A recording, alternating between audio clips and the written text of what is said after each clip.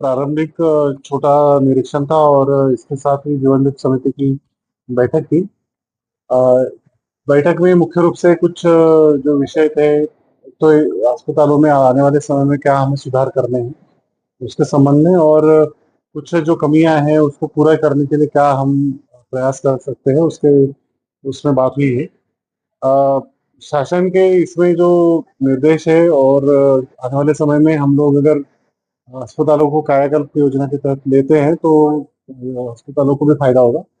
मैंने देखा कि अस्पताल में पर्याप्त संख्या में पर्याप्त फंड उपलब्ध है, परंतु अभी उसके प्लानिंग करते हुए अस्पताल को कैसे बेहतर किया जा सकता है उसकी एक प्लानिंग की है। अ, लगभग 350 पेशेंट यहाँ पे रोज ओपीडी में दिखाते हैं, और लगभग 100 लोगों को या मरीजों को यहाँ एडमिट किया जाता है, और 10 से 12 डिलीवरी इस अस्पताल में अभी हो रही है।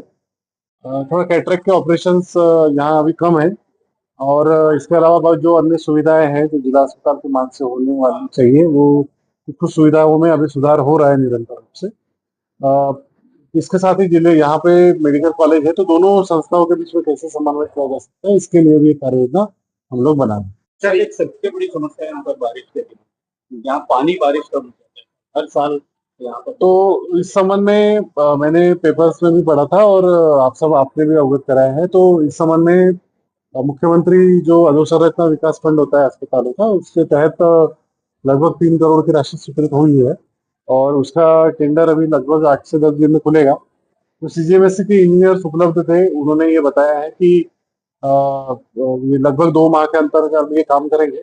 कोशिश यही है कि हम लोग इस काम को बारिश के पहले करें। तो आज उस संबंध में भी चर्चा हुई है। दूसरा, यहाँ पे लॉन्ड्री की सुविधा उपलब्ध नहीं है, मैकेनिकल लॉन्ड्री की।